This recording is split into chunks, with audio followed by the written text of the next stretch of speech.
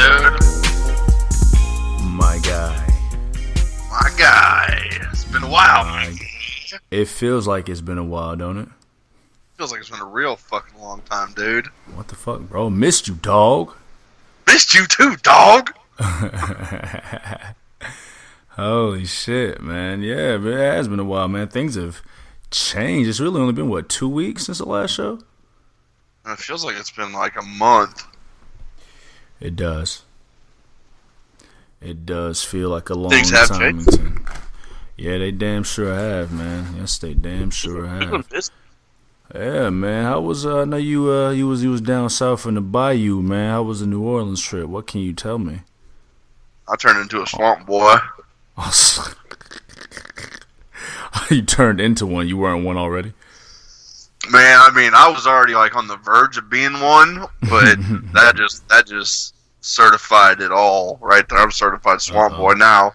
Oh yeah, certified swamp boy. Man, that shit was fucking fun. Even the drive down was fun. Yeah. I mean, we didn't leave. Let's say what? I was gonna say I saw your Snapchat on Shotgun Sunday. You didn't have a voice. Yeah, dude, we went. All right, we went to we did an airboat tour on Saturday, and fucking that shit was so tight. Fucking, yeah. We got out there like 9 a.m. and there's probably like 50 other people out there waiting to hop on a boat, and like we're the only motherfuckers with like 2 coolers full of beer. Just looking like straight pieces of trash, you know, like looking like down there for a week, and we only been down there for 2 days. And like I said, it's like 9 in the morning. We're all chugging beers and shit, and like, dude, they had like a fucking videographer out there, and like everybody, like I'm the only person that brought a fucking knife, you know, so I gotta open everybody's goddamn beers. For shotguns, and this videographer dude comes up to me and said, "Hey man, what are you doing?"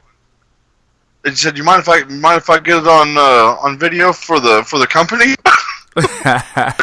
My man said, "I fucking prefer it." I said, "Buddy, you're about to find out what we're about to do." And yeah, dude, this guy gets a video of us all like shotgunning beers at like 9 in the morning, and so we hop on this airboat, and dude, that shit was tight. Nice. I'm not familiar with the concept, actually. Oh, it's like one of those boats, the big ass fucking blades on the back. I'm talking like 6 foot tall, like powered.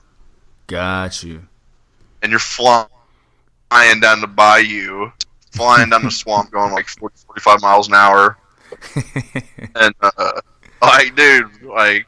Well, I mean, like, a fucking long cut. I'm gonna cut it short, but a long story short, we're getting hammered. We're only out on this boat for like 2 hours, and there's 9 of us. We drink 2 cases of beer. The first stop we go to, this fucking captain brings a gator on the boat. Oh shit! Just what y'all needed. Scares the shit out of everybody sitting in the front. I'm in the very last row.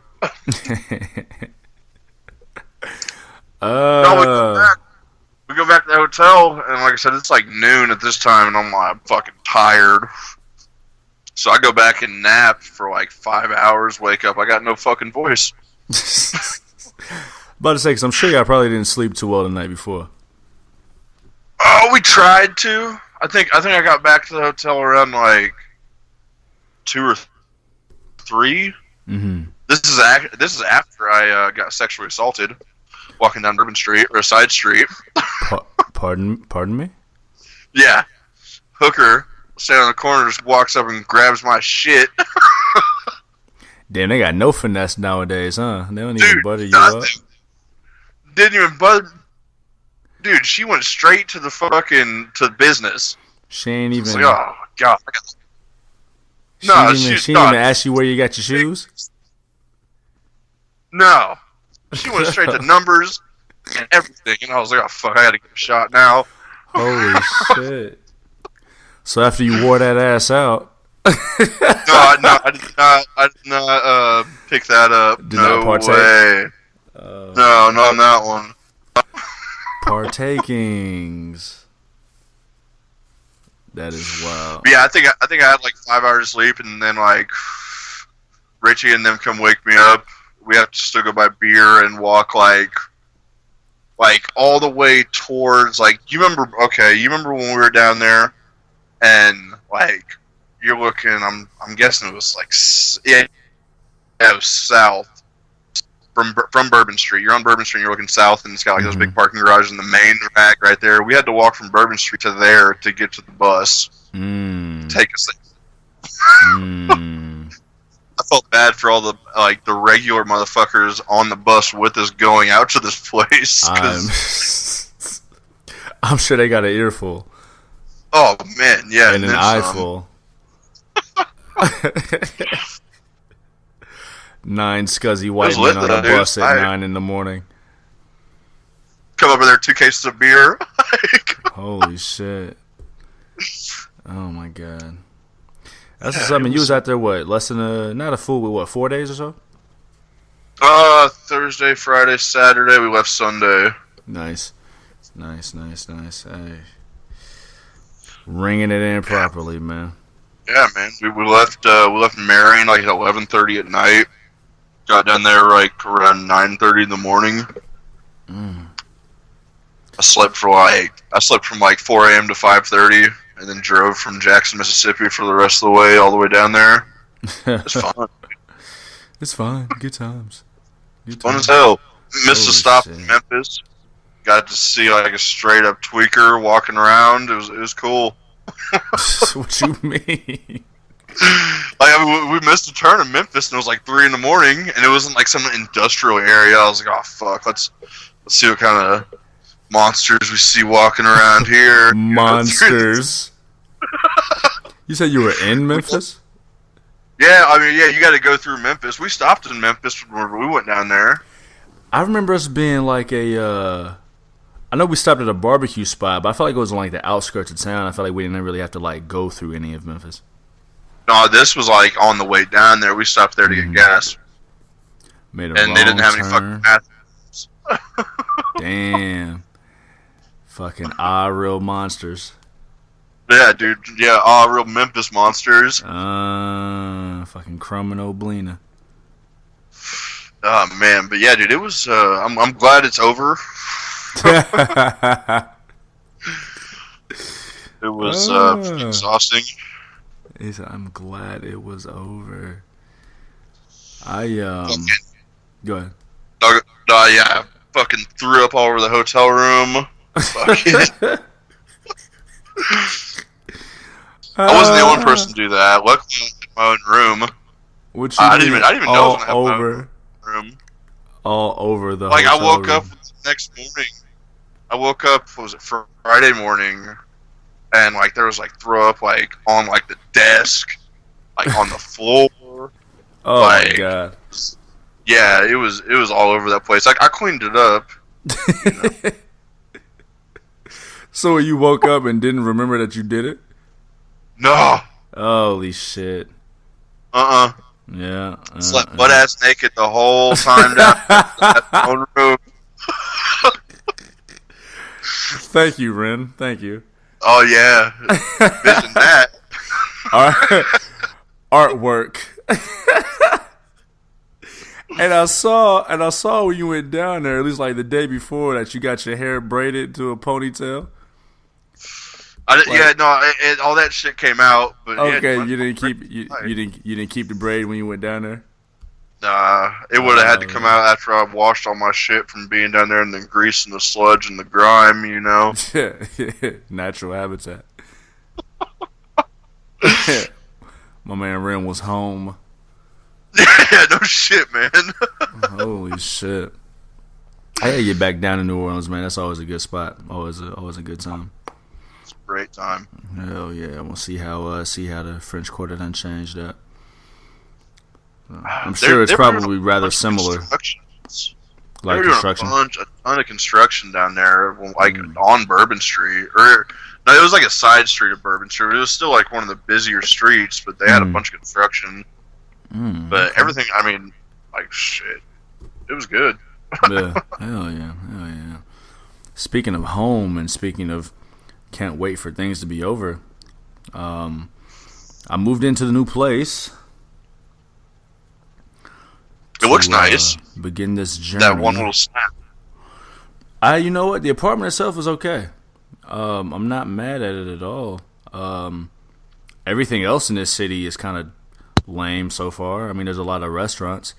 There's a Twin Peaks, so I'm saying titties and wings, but I mean, like, you know, whatever. I had one hell of a time getting my internet put together. I'm still frustrated about it. Took you about 2 days to do, didn't it?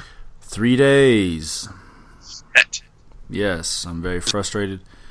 I couldn't, and the thing is, my complex where I live has like an exclusive contract with this cable company, or rather this internet provider. So it's it's only game in town. So I had to play ball. I couldn't cuss out Ahmad and fucking Marjorie. Goddamn, I wanted to though. Man, yeah, I've cussed out the dudes on the PlayStation once, and he was telling me to stop cussing. Stop. I said, no, I paid $500 goddamn dollars for this fucking system. And Get my shit right, Akbar. Shit. Man, I made the drive, and I did a little farewell tour before I left. Saw people of love, and I hit the drive, man. It was about an 8-hour drive that took me like 10. That's not too bad. So I was like, man, my thing was like, man, fuck it, it's gonna take me a while. I might as well just take my time. Yeah. You know what I'm saying? If I drive through any weird towns. Yeah, there was this one spot in Missouri. Normally I don't really talk like this, but like I had to take a shit, man. And so like I stopped at like a Phillips, and I was like, hell no. Not this bathroom. So I went to like a Burger King. Like, nope. Not this bathroom. You ever heard of the Come and Go? Yes, I have, with the K. Yeah. Adult. I went to the Come and Go. I was like, nope, not the Come and Go. So there's the conclusion that I already kind of came to, but I hadn't had to practice this in a while. There's 2 things that Arby's is good for. Number 1 is the curly fries. That's goddamn right. And number 2 is a clean enough bathroom to shit in. So I found some Arby's during breakfast. That's like the weirdest thing about me. Like, I've only told like one person about this. Like the weirdest thing I do. Like the weirdest thing I ever do. Like I got a I got a digital scale in my kitchen. Not my kitchen, my bathroom. So like, what do you weigh your poop? Well, indirectly. I like, cause it's funny to me. I'll like weigh myself, and then like take a shit, and then weigh myself again. See, I was thinking the other one. No. See the little pocket deals.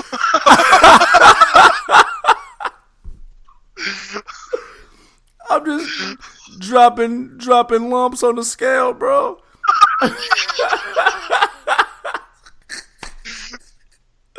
Holy shit.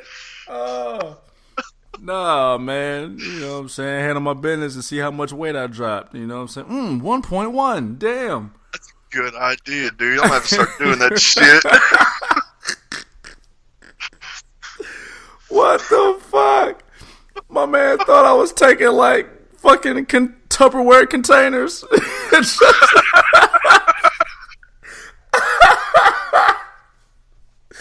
Oh shit! Nah, that was funny. That was funny. So yeah, man, I made it down and fucking got here like right before the leasing office closed, or actually right as it was closing. She stayed a little overtime for me so I could pay the first little whatever and get my keys, man. And the spot is decent. There's like a separate entrance for my apartment, right? So I had like the damnedest time finding it because it's not in like the original layout. So I had to like, there's like an exit I gotta take. There's a whole separate gate. I didn't know none of this, man. Damn. I'm like, oh damn, okay, cool. I get there, man. Yeah, adventure. And walk upstairs. I finally find it. Walk up the stairs. I put the keys in the lock. I open the door. Open the door, man. You know what I felt? Instantly, right when I walk in the door. You know what I felt? Not at home. Lonely. Just nothing. Just ain't nothing in there.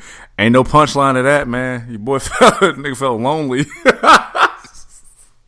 Damn. I've never that's such a rare. You went down there with not knowing a soul. Bruh, it's such a rare feeling for me to feel that. I walked. That's good though. At the same time, kind of. I felt like, oh damn, oh okay. And like I occupied my mind by, you know what I'm saying, cleaning out my car and taking my entire life out of my car and bringing it up these flights of stairs. But I opened the door, air conditioner blowing, it's cold. And I'm like, yeah, the crib. Open the door, just, oh. I'm home. I'm home. Chirp, chirp, yeah, man. chirp. Echo. I just lonely. So I went and cleaned all the stuff out of my car, brought it upstairs, and I really thought about, there was this R&B show I was going to go to. I went on the Eventbrite app, and I was like, okay, yeah, R&B show. It got to be about, by the time I got done, went to like the local Walmart and grabbed like a shower curtain, and then I showered, and it got to be like midnight by the time shit was done. I was done with shit. So I decided not to go to R&B show. You know what I decided to do? Gosh. Just drive around? I pulled out my phone, went to X videos, and got a great forearm workout in, man. Yeah, man, shit was great. It was lonely. I'm so lonely. Gotta go to the place. Yeah. I gotta make it mine. And then I found a Wendy's. Man, I spent the last of my cash down at fucking Wendy's in Memphis. I had like $20 left when we left New Orleans. I spent it all at Wendy's. What the fuck you buy at Wendy's for $20? Man, I loaded up, dude. You had to. I was done driving. I loaded up, dude. My man said I loaded up. I think the most I've spent at Wendy's like ever is like $12. Like, how do you spend $20? Nugs. Yeah, that's a good fucking investment though, man. Them motherfuckers are still good when they're cold. I wouldn't know, man. I'd be killing them shits. Man, them I had to pace myself. Out of there. Had to pace myself. I feel you, man. Yeah, I'd be knocking them shits out. I might have to stop fucking with them junior bacon cheeseburgers. Just fuck with them nugs, man. Nugs and a strawberry lemonade. Nug Life. Hell yeah, man. Holy shit. Nug Life. Speaking of, man, I can't even. Not that I was smoking a lot of weed anyway, but like the new gig, they swear they do random drug tests. Part of me thinks they fucking lying, but like I don't want to chance it. Man, we got a new little cake deal supposed to be happening around here. They can't random drug test anymore after weed gets legal. Oh yeah, you're in a state that's about to make it official after the new year. Make it official, yes. I live in the fucking Bible Belt, and I don't trust nothing. Man, yeah.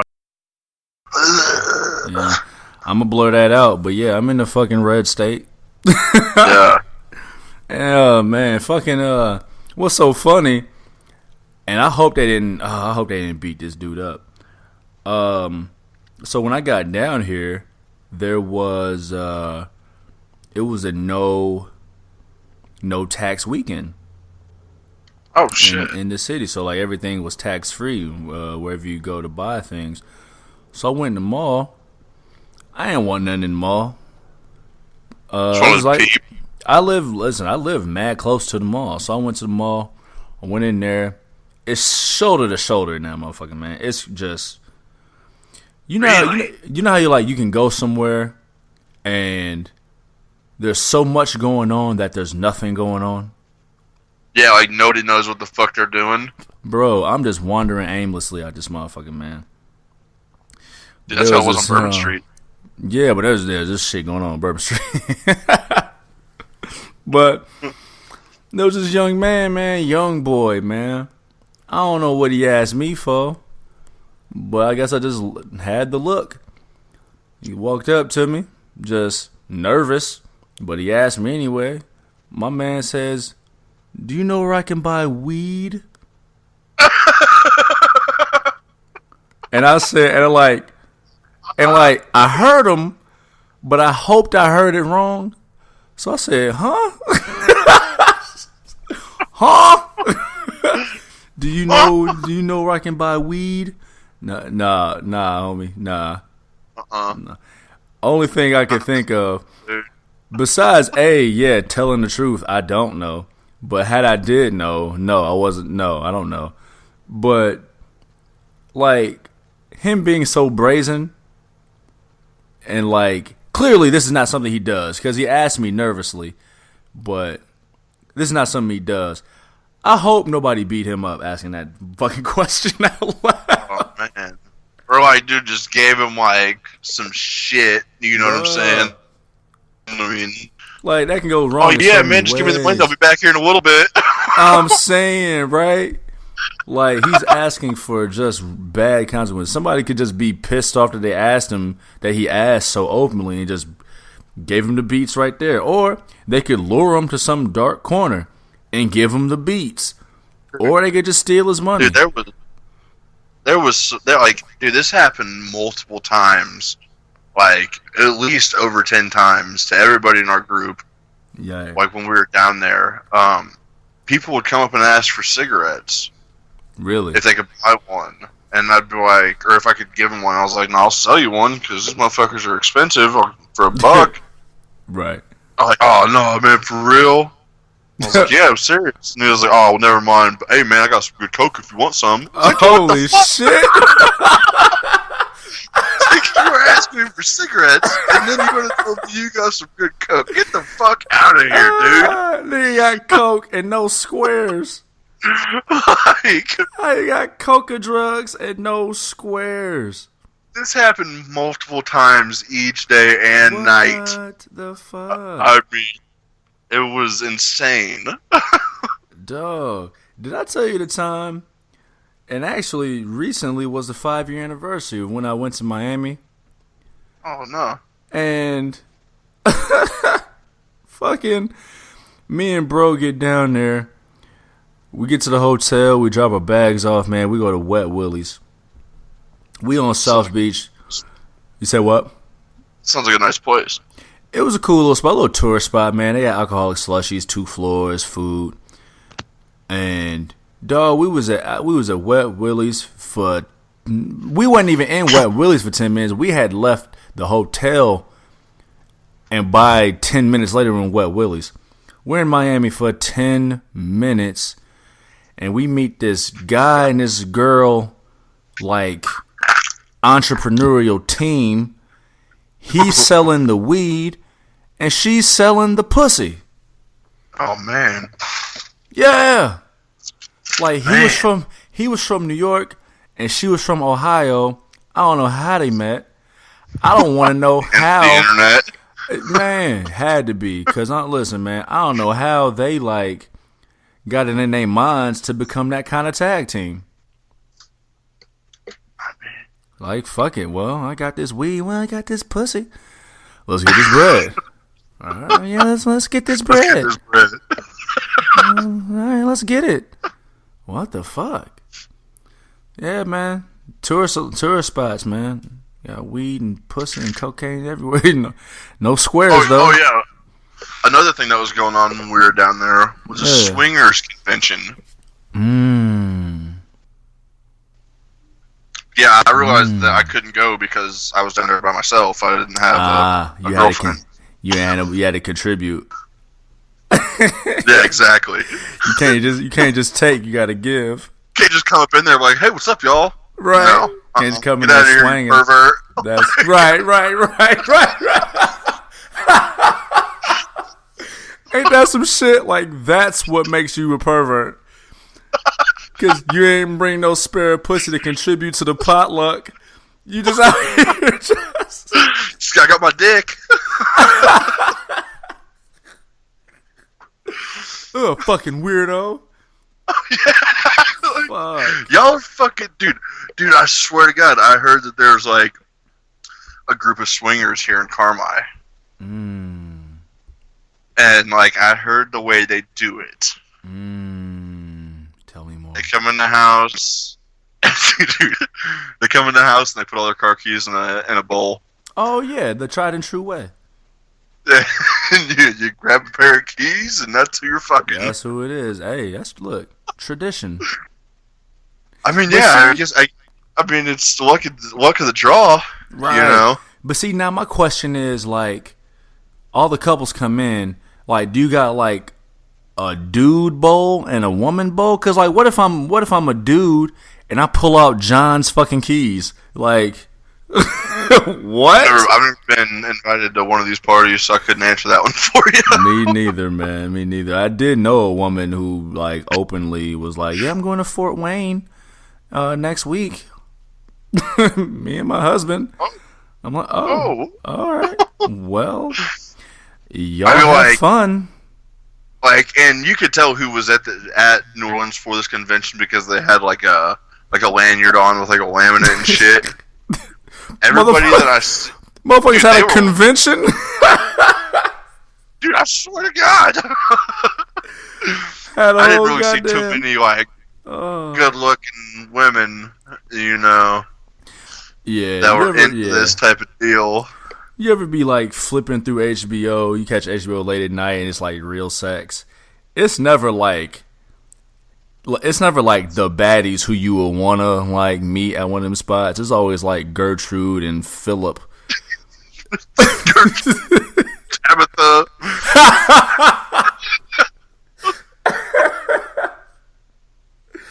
Oh, what the fuck, man? Yo, yeah, it's never sexy Brittany, sexy Nicole. No. It's Agnes and goddamn Paul. Ones that just be going like, Oh my God, filthy.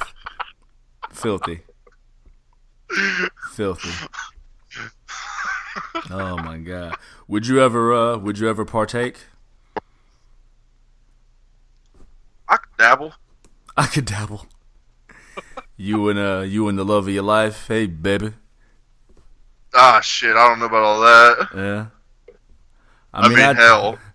I mean, I tell my wife how it was when I got back. But get him. Oh man. Yeah, I don't know, man. I mean, yeah, I don't know. I can't answer that one. That's a tough one. See, I know. That is wild. I don't know, man. Cucking is a real thing out here, man. I know it's not exactly the same as swinger, but cucking is real. But like, I feel like some of those dudes that are like swingers, they like, I feel like that's probably something that some of them are down for, you know? Like, oh fuck, my wife let me watch. Oh, you know? I'm sure. Yeah. I'm sure. Yeah, absolutely. Like, they don't gotta be balls deep. They could just be sitting in the wicker chair in the corner.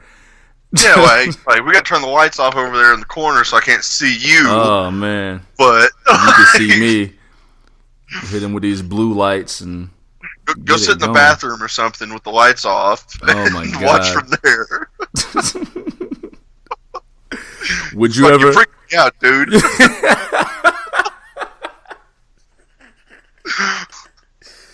I was gonna ask if you would ever be the willing third party, like, let's say fucking John Phillip pays you a certain amount of money, he's just sitting in the corner. I mean, fuck it, why not? Man, listen, $22.50 and a DVD box set of my favorite Saturday morning shows. I'm in there. Man, yeah. I'm in there.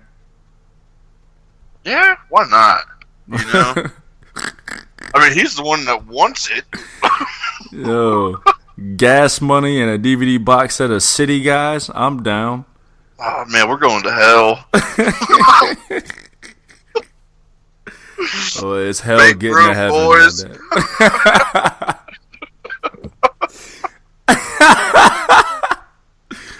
Make room, boys. Holy shit, man. Damn, dude, you had a whole fucking weekend. Drugs, pussy, grabbing on you. Like, it was, yeah, I mean, it was fun. You know, it was just, I mean, it was Bourbon Street. You know, it was Louisiana, hell. Yeah, that's how it goes. Hell, Thursday. We didn't do no drugs. It was offered. We didn't, fuck, you think we're stupid buying that shit off those fucking weirdos down there. And dude, it was fucking hilarious too, because one of the nights we went to Big Daddy's strip club on Bourbon Street. Yeah. And this was brought up by the strippers to never buy that shit off those motherfuckers on the street. Bruh, I'm fucking sure. And I'm sure they found out the hard fucking way. Oh, yeah, I guarantee they did. Oh, man. You know, man, I'm not too much of like a strip club guy, man. I'm not really a strip club connoisseur like that. I mean, it was like it was just a bachelor party deal. I mean, I don't ever suing them, you know. We gotta change but if it does that. Come up, I mean, hell, if it comes up, I'm down. Yeah, I never shying away from the club. We gotta change that stigma, that custom at the bachelor party. That like, oh, we gotta do the strip club. I don't know, man. It's not ever necessary. I'm just not that guy. Like, I'd rather listen, man. If I'm gonna spend money in rooms filled with women, like, I'd rather do it in a place where it's not their job to take my money, and I might have like some kind of fighting chance to take one home with me. Very true. Like, it's your job to get my money and tease me. Yeah. Like, yeah, that happened. Nah, Candy. Yeah. Her name was Leela. See, right. Fucking Charmaine, get the fuck out of here. Oh, hell nah. And dude, like, they get you so hard too down there because like they're saying outside free admission, 1 drink minimum. You know how much that fucking drink cost? You know how much that goddamn Budweiser cost? Got to be like $7-8. $8.75. See, nope. Hell no. It wasn't even a tall boy. Cover. Oh my god. You said I'd rather pay the cover. I'm sure it wasn't a tall boy. No, couldn't have been. Fuck no. Couldn't have been. Yo, speaking of tall boys, I don't know if you saw this, because I instantly thought of you and I knew you would be proud. You know the quarterback, Baker Mayfield? Sounds super familiar.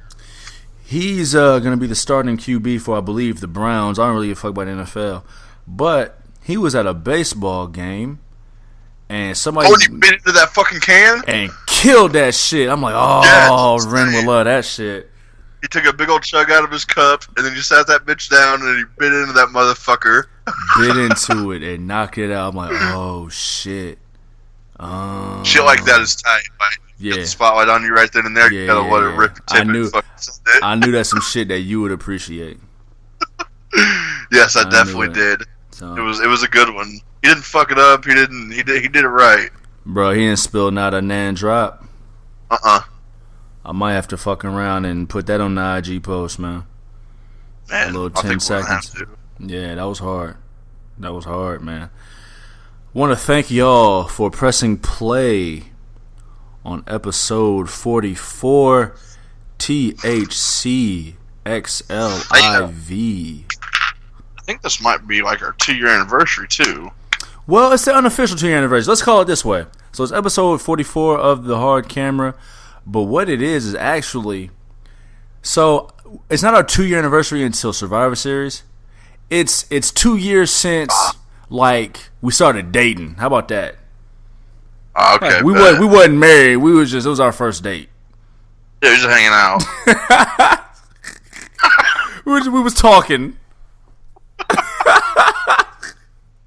we were just talking. Hold on, man. Yeah, first off, I am your guy, Juve, JUV, just under your visual. I'm sitting here with my tag team partner, Big Ren, the legendary, and together we are the Good Brothers. Big Ren, let them know how they can reach you on the social medias, dog. Right on. Y'all can find me on Twitter and Instagram at amaffucka, A_MAAFHUCKA. You can also find me on Snapchat at MoffedUp316, MAAFFHHDUP316. My guy, hit me on Twitter at Juvie Desayuno, JUVIDESAYUNO. Hit me on the Instagrams at Juvie Desayuno, that's JUVIDESAYUNO. We've got the cracked Twitter staff for the show page at The Hard Camera. Check out Facebook.com/Juve. And of course, you can search The Hard Camera on the YouTubington Jones. Get the entire archive of The Hard Camera.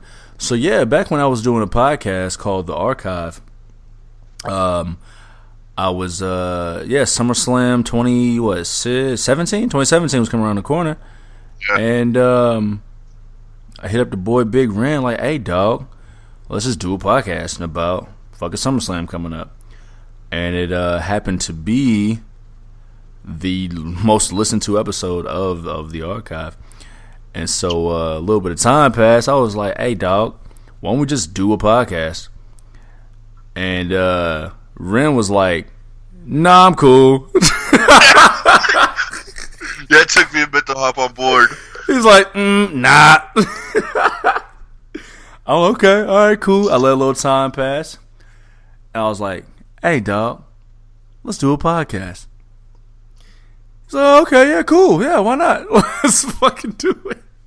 It just took me a little bit of time. Yeah, you know what I'm saying? I couldn't pressure him to get the draws, but he finally agreed, and we've been together ever since. Pause. Can't really pause that. I said getting the draws. So yeah, man, here we are, man. We are committed. We've got SummerSlam 2019, but first off, way before that, we've got TakeOver Toronto. But first off, way before that even, let me update y'all, because it does still feel like it's been a little while. Let me update y'all with our updated numbers. Big Ren, you are sitting at 24 of 42 matches predicted, 57.14%. You got Juve, I got the slim lead on you, 26 out of 42, 61.9%. And we've got 1, 2, 3, 4, 5, 6, 7, 8, 9, 14 matches to run through. And so yeah, man. Of course, the season is still young, but we are on the way, and anything can happen, man. Ren, you could overtake me here. We've got NXT Takeover Toronto as well as SummerSlam 2019. Let's start off with NXT, man. This Saturday evening, we've got another stacked looking card, man. 5 matches on deck, 4 title matches and a grudge match. How you looking, man? How you feeling about NXT Takeover Toronto? Oh, dude, it's going to be the show of the weekend. This is going to be the pre-party for the party of the summer, but this is going to be the bigger party. This is gonna be the part where everybody gets way too fucked up, and they're not gonna really be able to function or realize what the fuck is going on at SummerSlam. I hear you. I like that enthusiasm, man. Yeah. I'm looking forward to this too, man. Like I said, 4 title matches and a grudge match. We got 2 women's matches on the card, which I believe is a first for TakeOver. I believe that I can think of.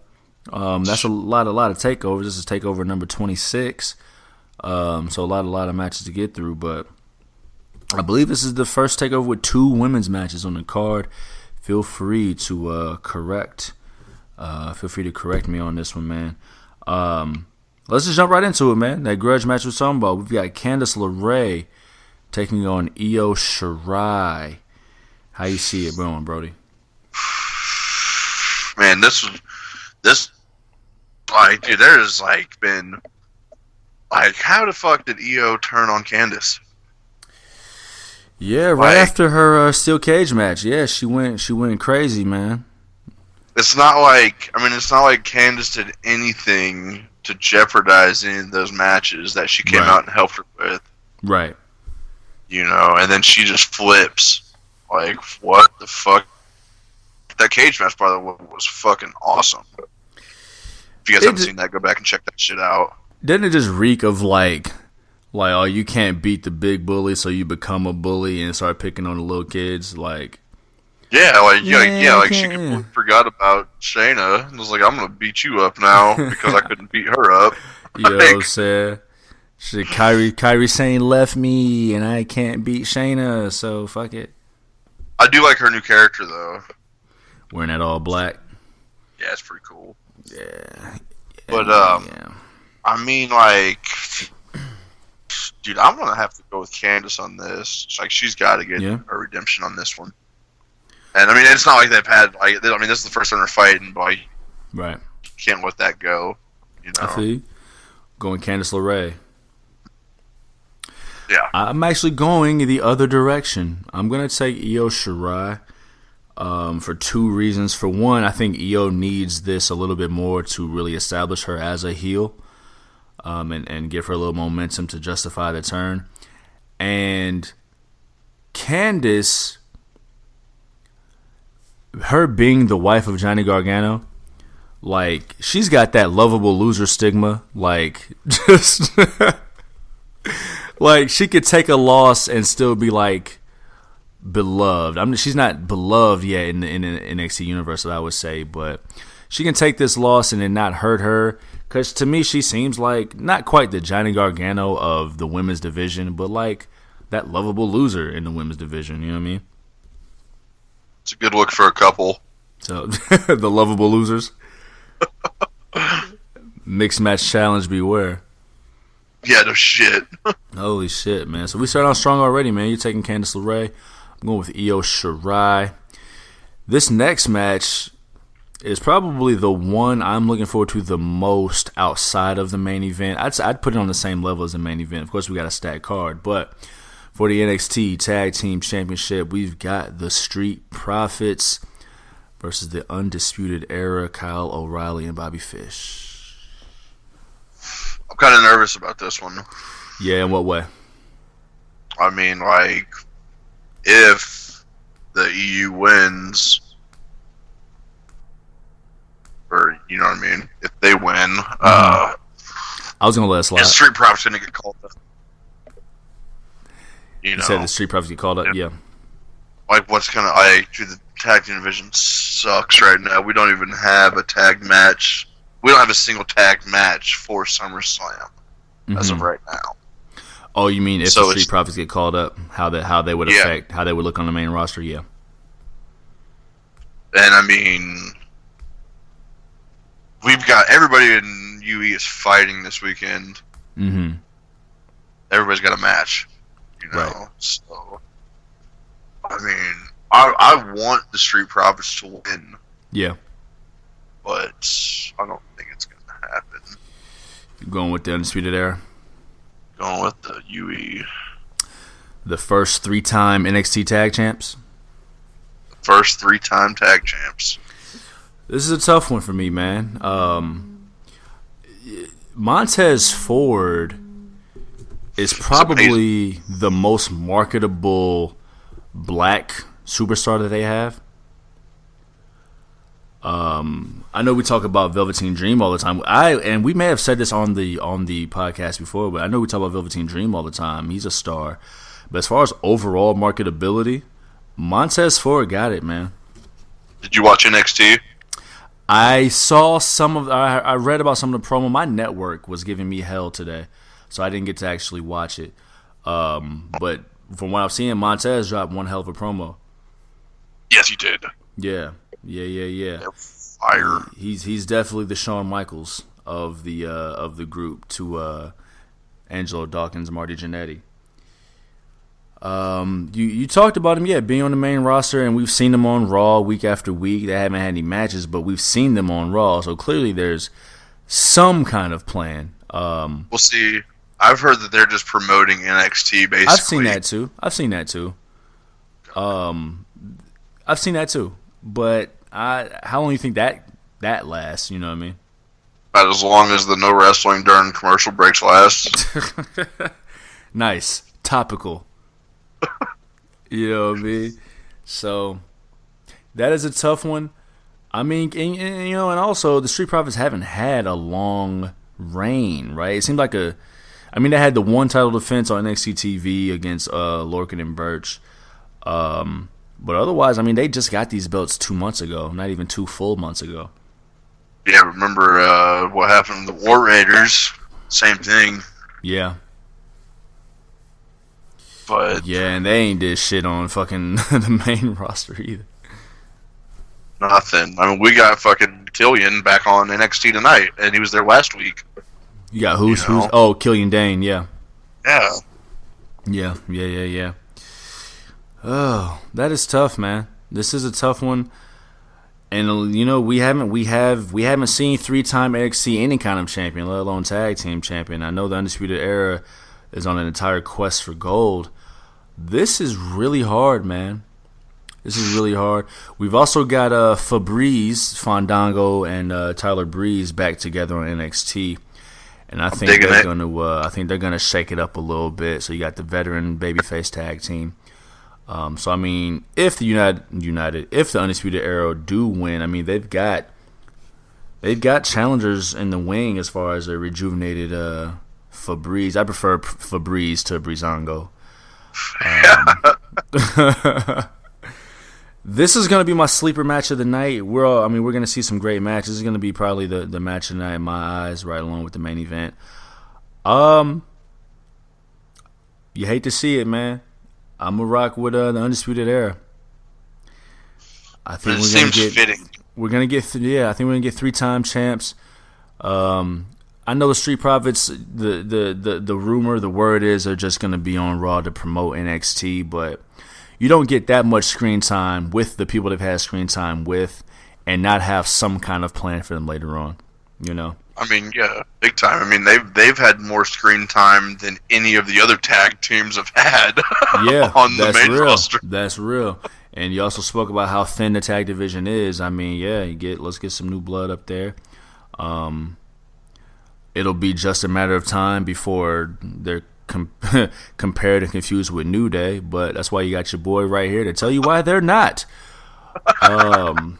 But yeah, I'm going with the UE in a barn. Burner barns will be burned come Saturday evening, and the Street Profits will get a nice standing O to send them off properly and a nice thank you, Street Profits. Thank you, Profits. You know what I'm saying? Or something like that. Moving forward for the NXT Women's Championship, we've got Shayna Baszler. Shayna 2 times taking on the head baddie in charge, Mia Yim. Man, did you see what Mia Yim did to her little cronies? Yeah. Fucked them up. Slammed that car door on one of them and slammed the locker on the other one. God damn. Yeah. And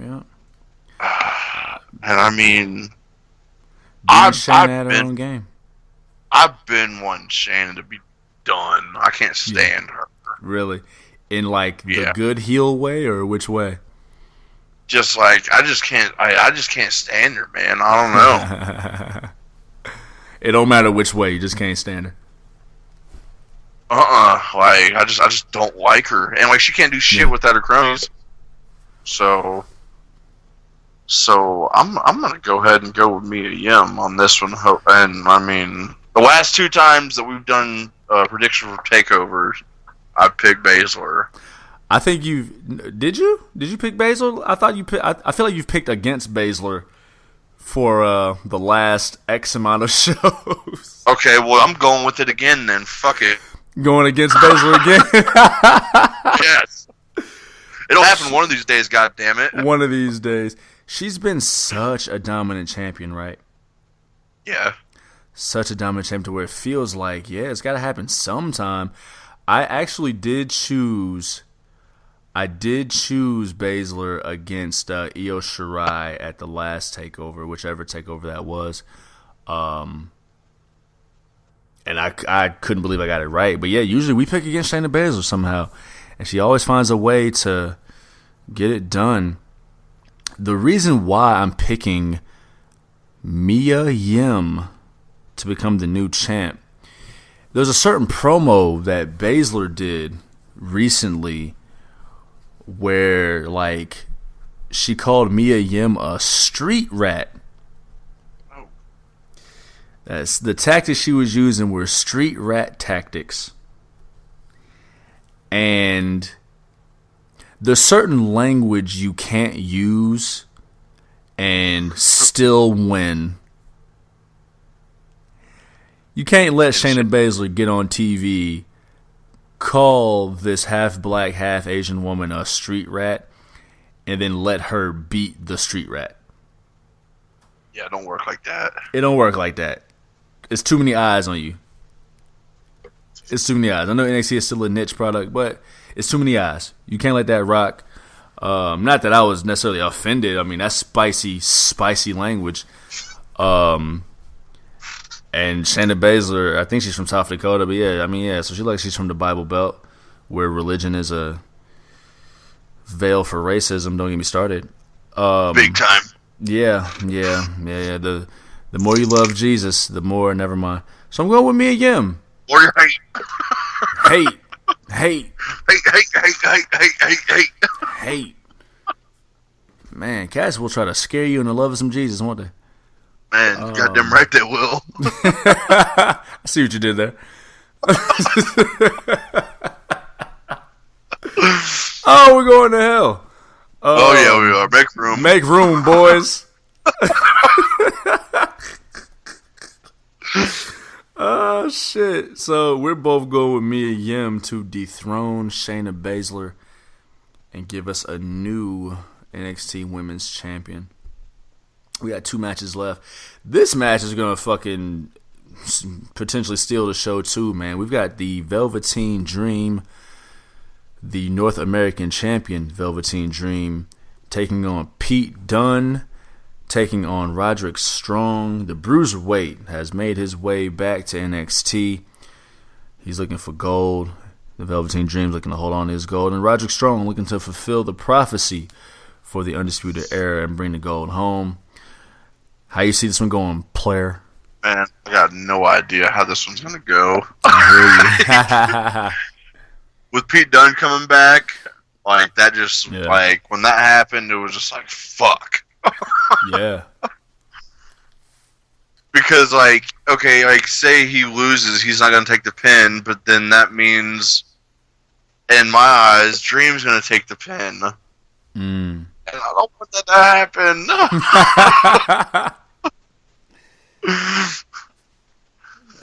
But, I don't think Dream's going to win this one. You think he loses the title? I think he loses the title. Ah, man. Damn. Yeah. Dream might be over for the Dream. Ah, damn. Ah, damn. Like, and, like... What makes you think so?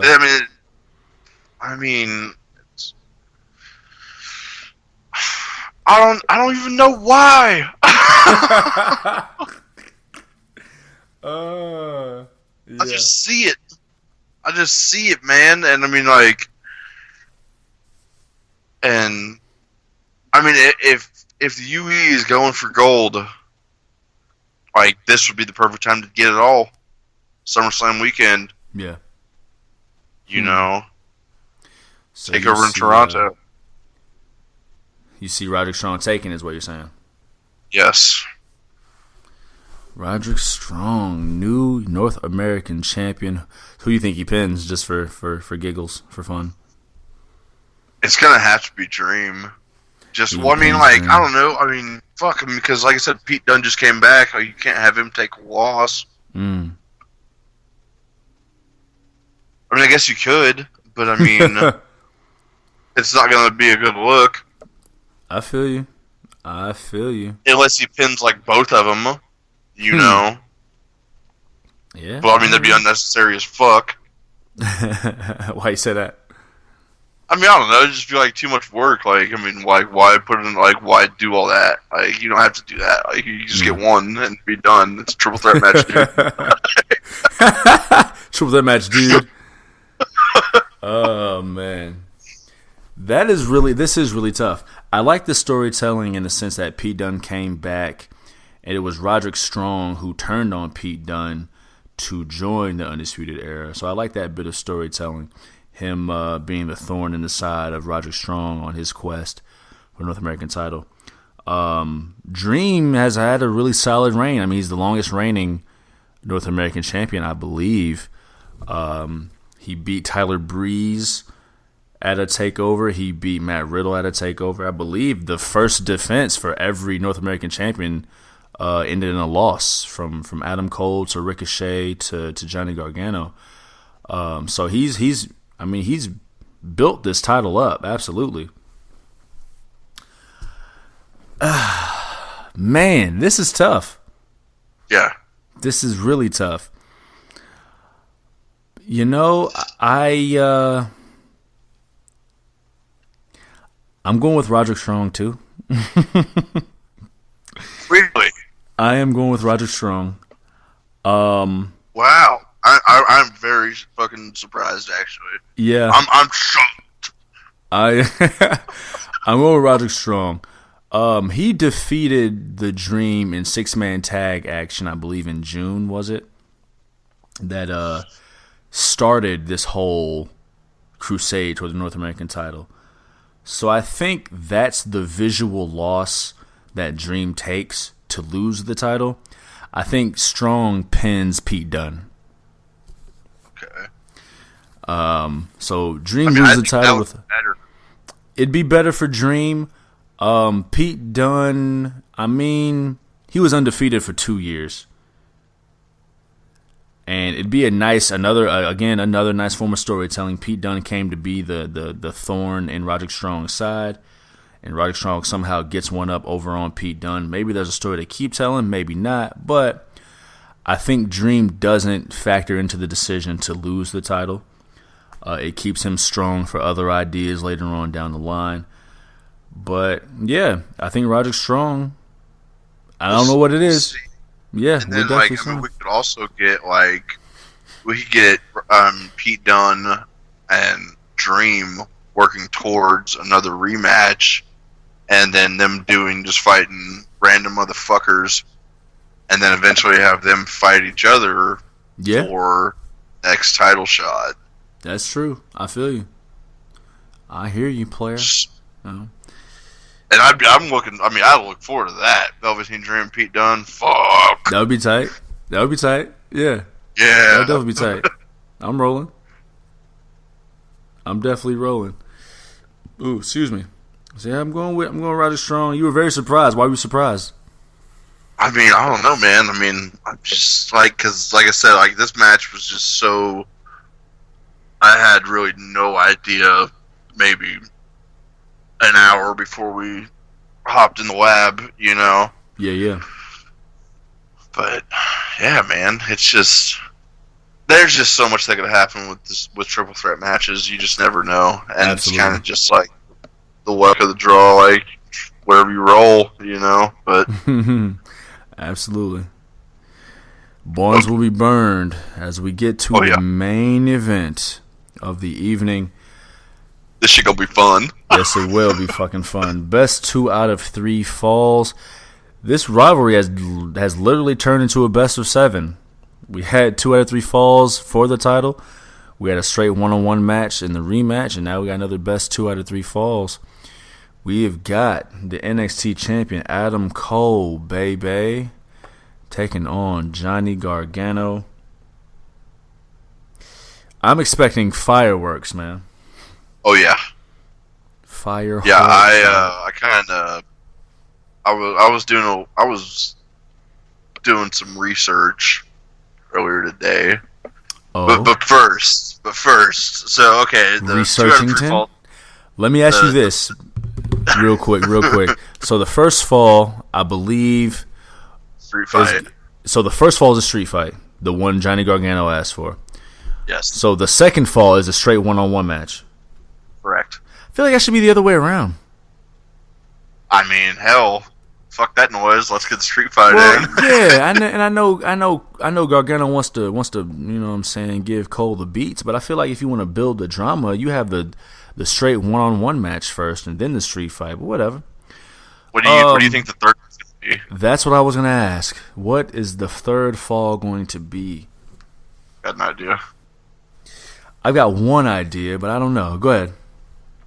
Triple match. Say it again. Threat match. A triple threat match.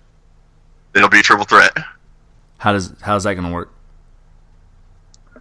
Somebody is due to come back in the middle of August. Projected to come back in the middle of August. I mean I saw who you're putting into it, but that doesn't make any sense. I mean, William Regal can make the match whatever he wants. So he's the one that gets to pick. Wait, that still doesn't make sense though. So you're gonna have the first fall be a regular match, the second fall be a street fight, and then the third fall you just add you just add a third person? Yeah. You sure you didn't buy that cocaine in New Orleans? No, I'm positive. Okay. Yeah, I'm completely confused. That doesn't make any sense. Okay, what did you think was gonna happen? What's your idea then? Well, I don't. Well, but no, like walk me through this. Like I don't get it. I mean, because if it's a best 2 out of 3 falls match, adding a third person changes the whole dynamic. Like it does, but it's NXT. Make you look right here. No, I'm just. You got a microphone. I'm just trying to get you. You know what I'm saying? You know what I'm saying? I mean, it would be cool. I mean, yes, that triple threat match would be cool, but yeah. My thought, look, I didn't know how to transition from that smoothly. I didn't know how to transition. I'm sorry. Love man, you, dog. Just wait. Just fucking wait. You'll see, goddammit. I don't know how to explain it the right words. I don't know how to put words together with this conversation. God damn it. No, in this instance, I'm not sure it's that, man. It just didn't make sense. I'm sorry. My bad. I love you still. Air 5. Facts, man. My only idea, I mean, maybe last man standing, but my thought initially was a steel cage.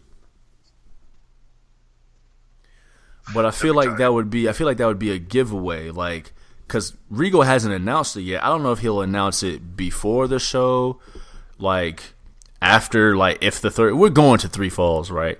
So I didn't know if he would announce it, before the show or once the third fall starts. But I mean, if people walk into the arena and they see a steel cage hanging, then yeah, they're gonna know it's a steel cage match. You know what I'm saying? So part of me thinks that's not that either. I don't know where they go. I don't know. Maybe last man standing. I don't know. Say it again. thinking Ciampa comes back. I said it. Said it. I knew where you were going. It still doesn't make sense, but I knew where you were going. So you think we'll see Ciampa? I think we'll see Ciampa. We'll just include him in the match out of nowhere. I mean,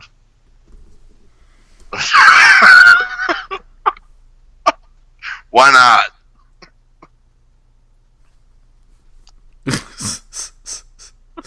All right. Word. That's the only thing I can think of. I feel you. Word. Because like you said, if they see a steel cage hanging, they're gonna know. Yeah, instantly. But I mean, and how are you gonna do a street fight then in a regular match than the last man standing? I mean, I guess you could, because that wouldn't really necessarily have to last too long. Yeah, I don't know. It'll be interesting either way. Talk me through it though, man. What are your thoughts? Oh shit.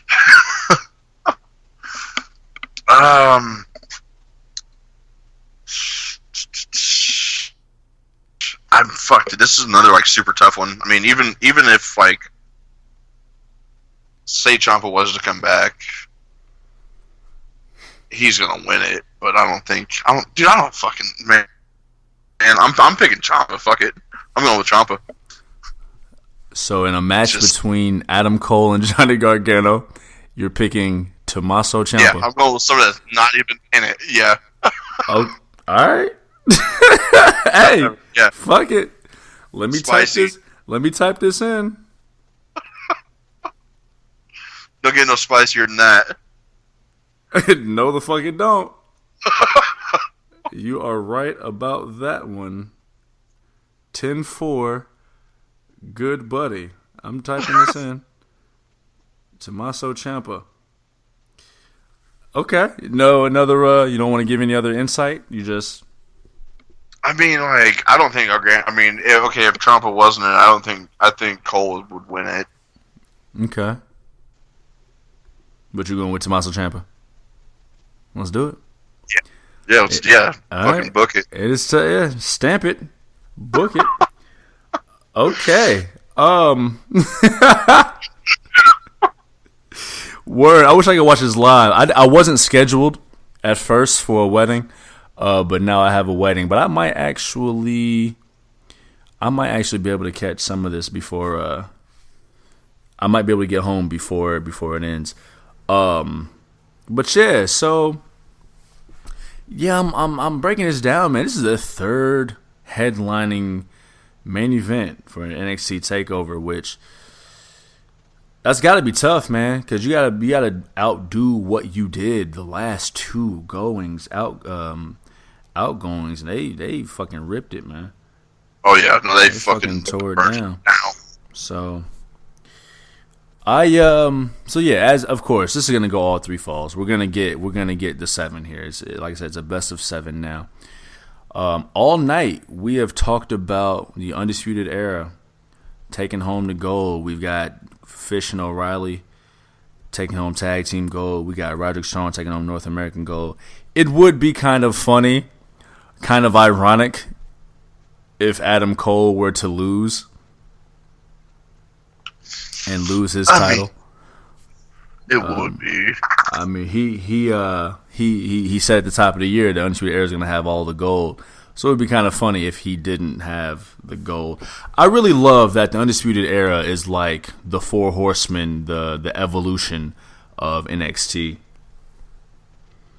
They're a strong faction, came to take it over. Dogs. Yeah, came to take it over, man. Strong heel faction.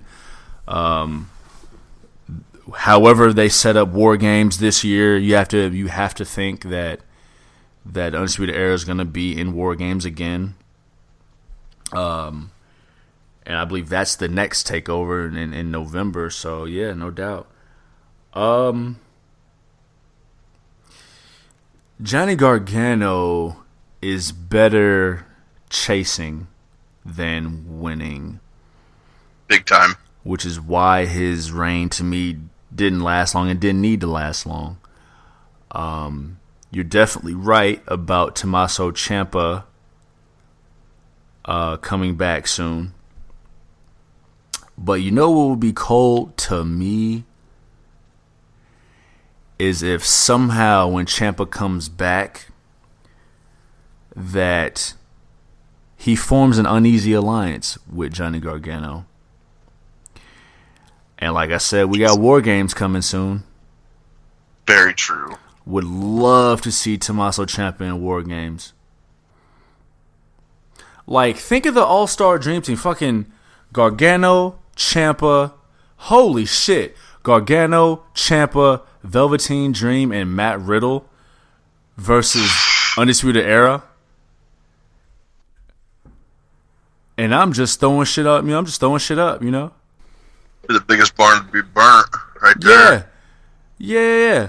The four top heels who have all the gold taking on the four top baby faces. Cause to me, I mean, you get out of NXT Toronto with Velveteen Dream pissed off he doesn't have his title. Ciampa back wanting his title. Gargano back wanting his title. So they have an alliance, but they're still uneasy because of what they've been through and because they want the same thing, which is the title. And then you have Matt Riddle, who's fucking Matt Riddle, who is on the verge of being close to being that guy, who has history with the Undisputed Era, history with Roderick Strong, who could viably be a contender for the NXT title. And then again, mention Velveteen Dream again, him not losing, or rather not being pinned for the North American title, puts him in a slot to be one of the next contenders for the NXT title too. Adam Cole on top of the heap makes the most sense for all the baby faces that NXT has to go at him for the title.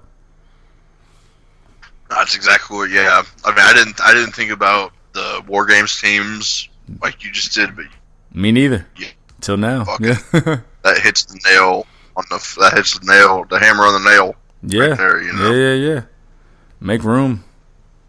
Make room, boys. You know what I mean? So coming out of this next takeover, we've like I said, I think we've got the Undisputed Era with all the gold. Them doing the big celebration at the end, no matter what the game 7 is, so to speak. Leading into War Games, man, it's a good time to stick with the black and gold brand, man. The upper echelon of excellence. Fucking stoked. Yeah, man. It's gonna be something else. It is. And when I think of what it is, I'll find a word for it and tell the world. To finish up, man, with NXT TakeOver Toronto, any last thoughts? It's going to kill the show. Yeah. They're going to have to pull something out of their ass on Sunday. I feel you. I mean, because the takeovers are always, it's just a better product. It's a better experience. Yeah. Better experience.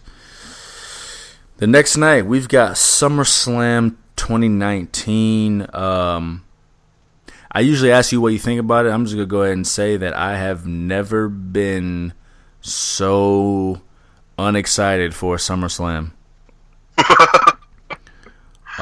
It's been kind of all over the place for the build. Yeah. It's the second biggest show of the year, and it just doesn't. And nothing's landed, it seems like. No, it doesn't. No, not at all. I mean, if Roman Reigns is on the card, say it again. Yeah, Canada's about to have a way, man. I mean, we've got Roman Reigns not even scheduled on the card, and if he is, it's going to be a quick added on, not throwaway match, but like unadvertised, just rush match. It's supposed to be the big dog. Oh shit, man! A lot of Reigns not having a match. Yeah, we've got Drew McIntyre not having a match. We've got Braun not having a match. Yeah, and there's no tag team matches. Nope. There's no intercontinental match. Nope. I mean, fuck. Yeah, man. That's a big old fuck. big roster, and still not enough slots to get it done, man. I don't know. Have they even announced any kickoff matches? Oh, the only thing they announced about the kickoff is going to be 2 fucking hours long. That's all I've heard, yeah. So I imagine we'll see something. I mean, maybe some kind of tag team matches. Maybe we'll see another Intercontinental title match. I don't know, but there's something, something missing again in this SummerSlam. When's the last time they've had like a big event like this in Canada? Like it's been quite a while, I think. Yeah, it has. And you would think that they would want to, crank it off. Yeah. But I don't know, man. It's fallen short of what they say is the biggest party of the summer. Yeah. Yeah. Definitely. I would definitely go to a couple other parties before this one. we'll show up to this one last and see how it's cracking. True. No, we'll show up to this one first because we know the other ones are gonna be dope at the end of the night. We'll pop up and then be up out of there. Hell yeah. I feel you. Let's start, man. Let's knock it out, man. Let's go with the match most recently announced, I suppose. They threw the wrench into the plans, man. It was originally Dolph Ziggler versus The Miz. It is now Dolph Ziggler taking on Goldberg. This is a tough one for me, kinda. Just kinda. Because, like, the way Ziggler has been lately, and he's been probably, he might be the biggest heel right now. Really? I don't know, man. I'm thinking. Looking at the card, that might not be so far fetched, man. Thinking about it, maybe even close. Maybe even next up might be Shane McMahon. Fuck Shane. But Randy's just not coming back. Yeah, Randy's just not coming back. Brock is Brock. He hadn't really been around like that. He's murderous, but as far as true heel tactics, you might not be that far fetched, man. I might have to give you that. Go ahead. Should Ziggler win this? You know what I'm saying? I don't know. Because he's fighting a legend, as some people say. He is a legend, but coming from what happened at Blood Money, I feel like Goldberg should win this one, but I'm not 100% sure. Mm-hmm. Just because he's got to get his redemption from all that shit that happened at Blood Money. And it's killing it. They almost killed each other. That was the best brain buster Goldberg ever threw. And he definitely took that tombstone pile driver. Yes, he did. I tell you what. What? I tell you what. Yep. But this is a really hard one to pick, just because Goldberg isn't there every night like Ziggler is. So if Ziggler loses, it's gonna be well, there you go. And you can shut up now. But I don't know. I'm going with Goldberg. Taking Goldberg over Dolph Ziggler. I can't lie, man. I'm very, very surprised it took you that long to come to that conclusion, man. I know, with just everything that's going on. Yeah. I instantly knew Goldberg was taking this one when they announced it. Ziggler had been. Say what? You think it's just gonna be a squash match? I don't think it's gonna last that long. Ziggler will use some stall tactics. He may even get a couple side headlocks off to make it look good. He can show off a little bit, but I don't expect this to last long at all. I remember Dolph had been using speaking Goldberg's name here and there in promos before those rumors kind of came out that this is what it was going to be. So there was something in there that he was building to way before people knew he was building to it. But with Goldberg wanting to shake off what happened at Blood Money, with Dolph Ziggler being Dolph Ziggler and with Goldberg being Goldberg, I don't think it's going to last that long, man. But he's going to make those spears and those jackhammers look good. Yes, Dolph will. He's going to eat those.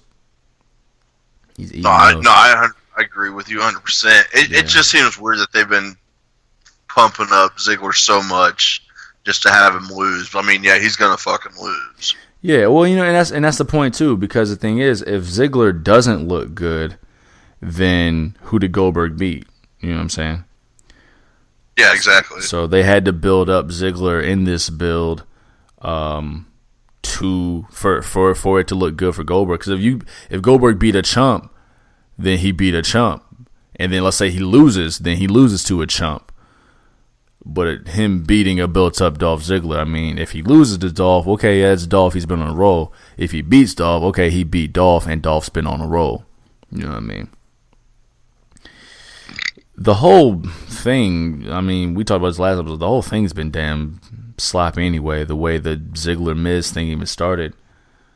I mean, Ziggler goes from losing 17 seconds to... Why would they even tease that if they're just going to completely... I mean, I guess they didn't completely drop it, but, Miz is now just a talking point. He's the worst baby face ever. Can I get heel Miz back, please? Like, what the fuck? Yeah. I think once Miz Maurice ends, we'll get heel Miz back. Probably. Every shakeup,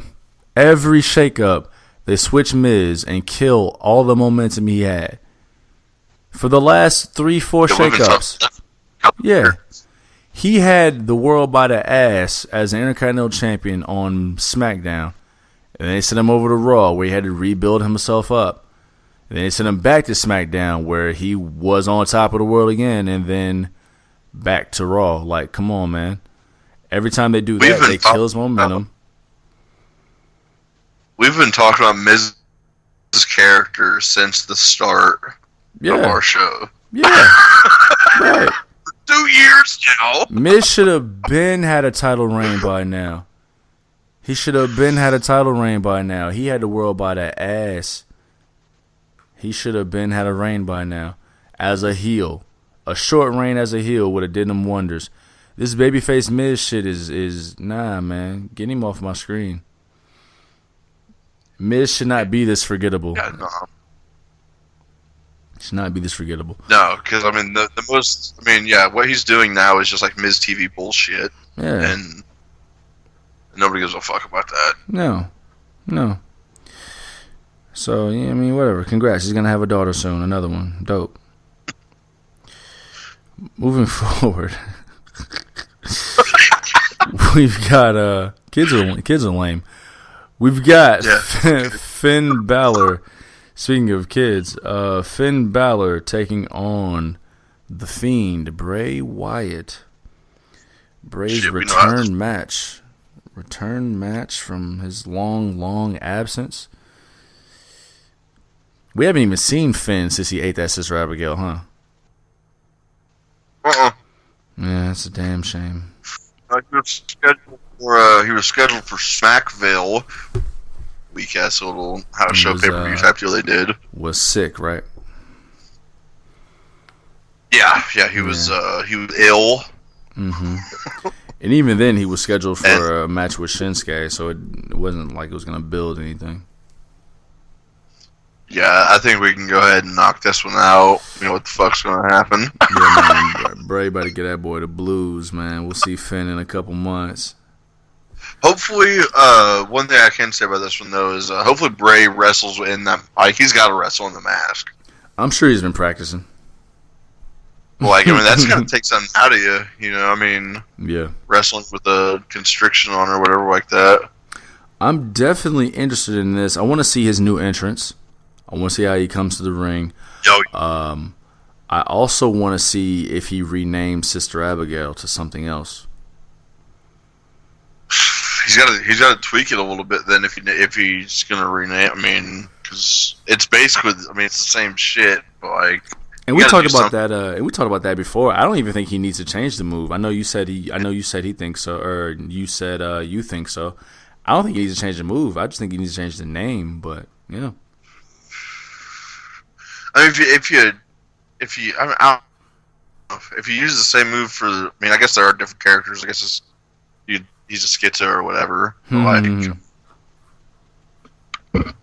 Yeah, I'm with it though. Yeah. So yeah, Bray Wyatt in record time getting Finn up out of there. Sorry, dog. That was actually supposed to be the match last SummerSlam, wasn't it? Before. No, that was that last SummerSlam or the SummerSlam before? Finn and Bray. That might have been 2 years. I don't know. I don't remember. I don't know. That might have been 2 years ago, actually. It was somewhere in the last 2 years. Yeah. It happened. Who knows? I guess we could look it up, but like, who cares? Moving forward, we have got the return of a legend to her hometown. We've got Trish Stratus taking on Charlotte Flair. I do like how they've been building this one. It seems like they've been working a little bit on this one at least. They went into overdrive because it was really like a 2-week build, wasn't it? Yeah, they picked it up pretty quick. And I mean, and it could just be because Trish is from Canada, and you're trying to, put Charlotte on that level. Yeah.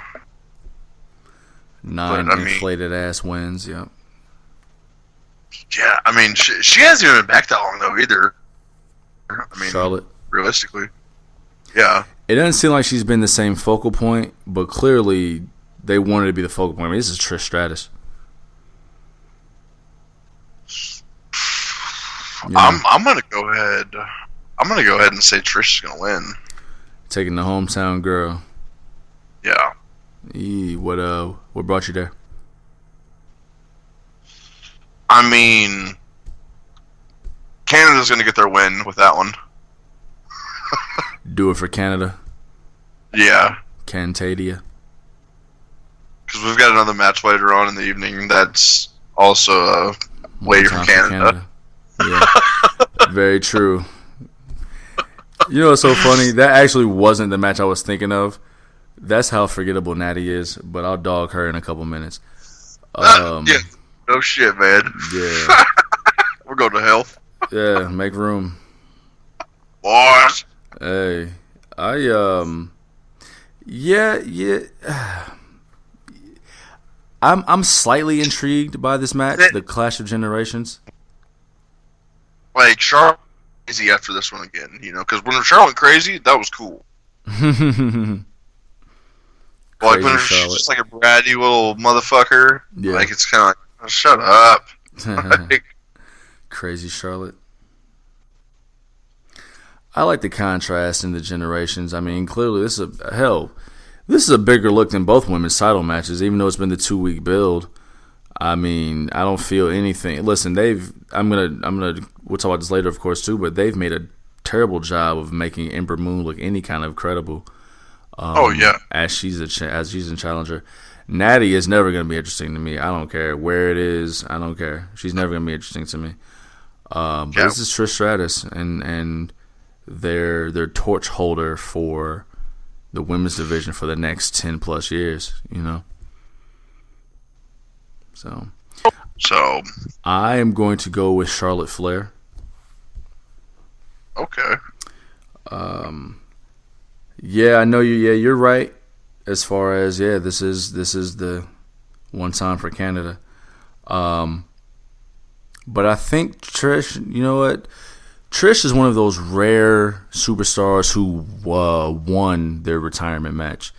And I'm not counting the time she came back, but her retirement match, she actually won the retirement match. And actually, you know what? That was in Toronto too, Unforgiven 06, where she beat Lita. Okay. And hell, not only did she win her retirement match, she won the women's championship. On her retirement match? In her retirement match, yeah. Oh, fuck out of here. So, yeah. So, I think I give this to Charlotte Flair, kind of like a passing of the torch from Stratusfaction to the Queen in Toronto at SummerSlam. So we're going to have both Canadians listen. Well, this is actually the match I thought you were talking about when you mentioned Cantadia, because there's a third Canadian. If Kevin Owens loses he quits the WWE. We've got Kevin Owens taking on the best in the world, Shane McMahon. This is one of two matches that I actually haven't chosen yet. For me, I feel like the story would be better if Shane McMahon wins. Because you can always quit and come back. They always find a way. So you can get crazy Kevin Owens if they're trying to really make him this Stone Cold-esque guy. I mean, there's only one Stone Cold, but you know what I mean. Then you let Kevin Owens find ways to raise hell as quote unquote not a WWE superstar. Let him raise hell on his way back in to where they gotta find a way. They just say, "Fuck it, you're back." So they reinstate him for some kind of cool stipulation. But on the other hand, I mean, I don't know. Maybe he whoops Shane's ass and gets him up out of there. I don't know. How do you see it? I mean, I've got Kevin winning, but everything you just said makes 100% fucking sense. And like I just said, I mean, you can. This is just a I quit. I mean, I'm done. Like not like a I quit type tap out match or whatever, but like. Yeah, I mean, he could lose and still just come back. Like, fuck y'all. I'll beat all you motherfuckers up. You know, like Stone Cold used to do. But, like, he ain't built like Stone Cold. But, man.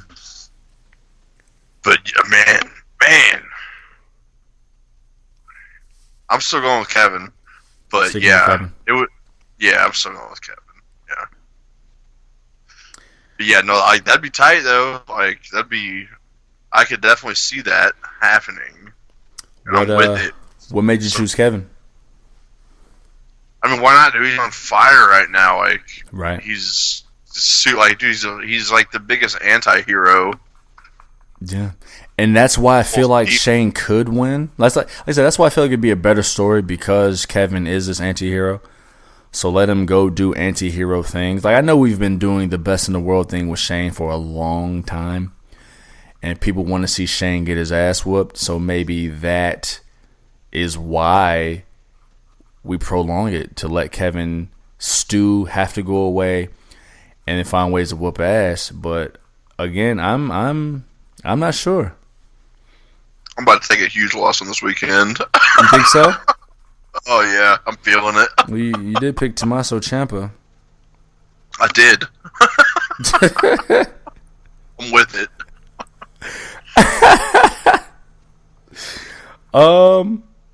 Damn, man. This one's really hard. You know what I'm gonna do? One app. I almost went with the coin flip app. I'm gonna go with WWE logic. Shane McMahon stood tall on SmackDown, right? Yes. I'm going with Kevin Owens. I'm going with Kevin. He'll probably try to find a way to get Elias involved, maybe Drew McIntyre. Drew, I mean, either of those dudes don't have a match. So I couldn't tell you the last time Elias wrestled on TV. Yeah, no shit. He's been getting stunners. Yeah. So I'm going with KO via WWE logic to continue his career. Even though I think the better story would be in Shane McMahon, but they don't pay me the big bucks to tell them what I think. Coming up next, the most poorly built women's title match I've seen in a while. For the SmackDown Women's Championship, we've got Bayley taking on Ember Moon. Cut and dry with this one, buddy. Man, Ember Moon ain't looked like shit, has she? Nope. God, worst challenger ever. Just drank too much Code Red. That's what she get. That's what she get. I feel like Ember Moon shouldn't even be on SmackDown. I feel like she should be permanently on Raw. Yeah, I mean, she's red as hell. Yeah, her fucking name is Ember. Like, what are you doing? Yeah, it says it all. That was one of those shake-ups. They just moved her just because. Like, they ain't had no rhyme or reason, no plan. They just, fuck it, move her. I feel like it's been like that for a while. I mean, not specifically with her, but like just with the roster in general. Yeah, of course. So I've got to ask. I have to ask. I kind of don't want to ask, but I gotta ask. Do we get the return? Nah. I don't know. I don't think so either. But hell, it's been so quiet, and maybe that's part of why this build has been so poor. Maybe there's some post-match shenanigans. They could have done it so much better with the last pay-per-view. Yeah. Oh, yeah, absolutely. And I mean, fuck, dude. I mean, and it doesn't really have anything to do with this match, but I mean, the Iconics lost the tag team titles, women's tag team titles on SmackDown this past week. Right, yep, on Raw. Yeah, I mean, like, what? I barely knew they had 4 tag teams. Who was the other? It was the Iconics, the Kabuki Warriors, Alexa Bliss, and Nikki Cross. Who's the 4th team? I thought it was just 3. Was it just 3? I could have swore it was 4. Maybe. Pretty sure it was just 3. Well, then again, there may not even be 4 teams. I don't think there is. Yeah. I want to find out who. I'm gonna look that up really, really fast. Do it. I want to know too. Yeah, it was 4. Oh, Mandy Rose and Sonya Deville. Nah, forgettable. Holy shit. Yeah. Speaking of, we're going with Bayley. I'm assuming. Yes, correct. Dig it.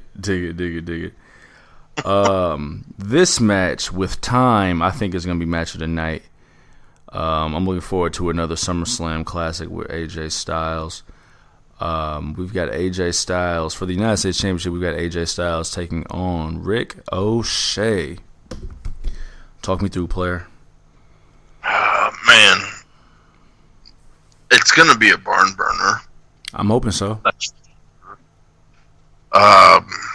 I mean, hell, we've got the club back together. AJ and the OC now. But I mean, fuck, dude. I think I'm going with Ricochet on this one, man. I think the OC is going to try to get involved, and I think Ricochet might handle it real quick. Come in and just get a quick roll up pin. Show. Ricochet gets it back. He's going to get a SummerSlam moment. Word. I think his SummerSlam moment is going to come by another spectacular Styles clash, or maybe he even gets Ricochet to tap out to the calf crusher. I could see the Good Brothers getting involved, and maybe the Usos coming out, or maybe New Day coming out. Woods and Big E to thwart those plans. But between them still, just getting back together and the Good Brothers getting the Raw tag titles, I think they want to keep those belts around that group to give them a little more power, a little more strength. I'm gonna go AJ Styles, man. I got AJ Styles retaining in this one and taking it. It's gonna be a good one. Absolutely. As far as quality goes, this will probably be the one, man. Yeah, definitely Kingston, the best match. Kofi and Randy has potential if Randy's motivated, and Brock and Seth, that's got drama all around it. I don't know if it'll be a great match, but it's got drama written all around it. So, moving forward, we got 3 matches left, man, for the Raw Women's Championship. We have the man, Becky Lynch, taking on Natalya. We know what the shit. Hell.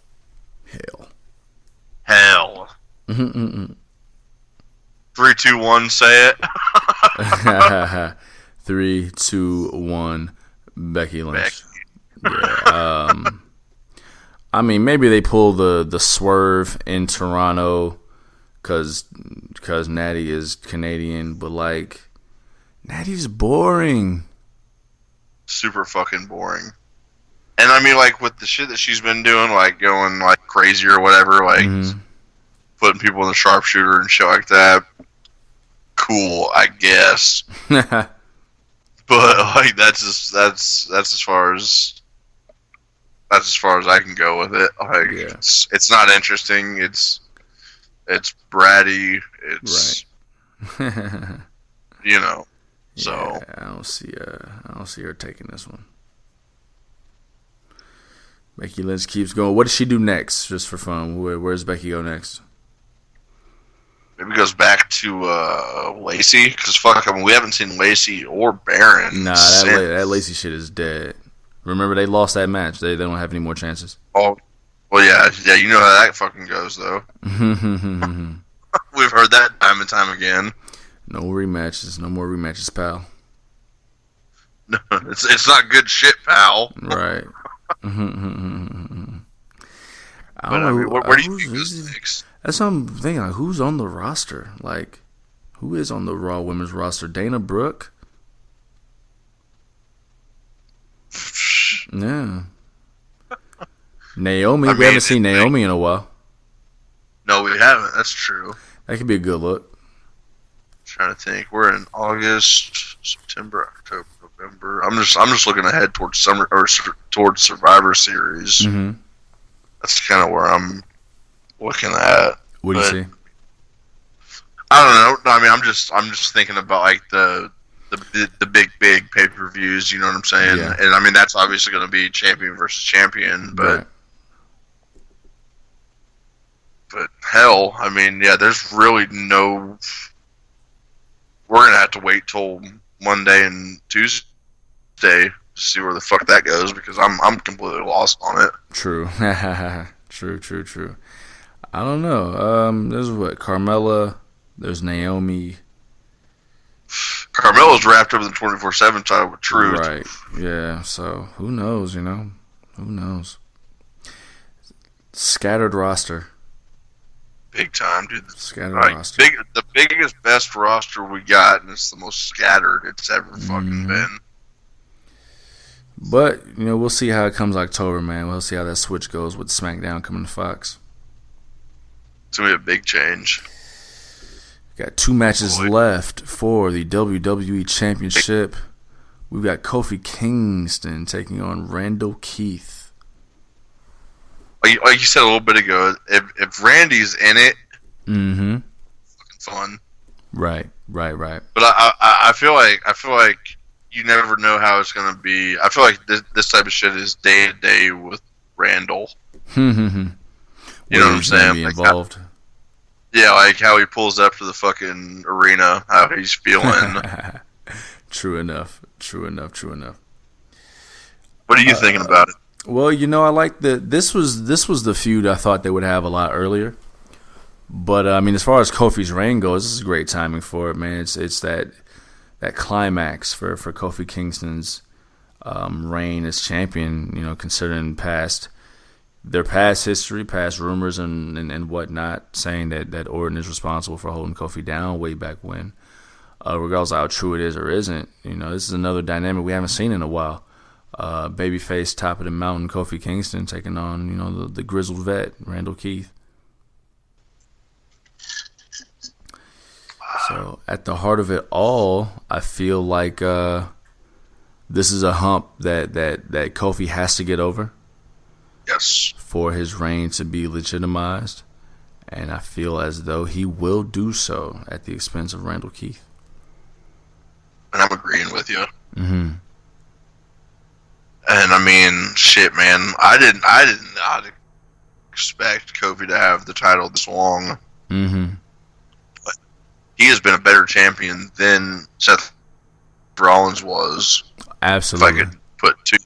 If I could put him with somebody else, in the recent years. Absolutely. He's been a hell of a better champion than Seth Rollins. And I mean, yeah, I guess Seth Rollins has been up against Brock fucking Lesnar, but whoop you fucking do.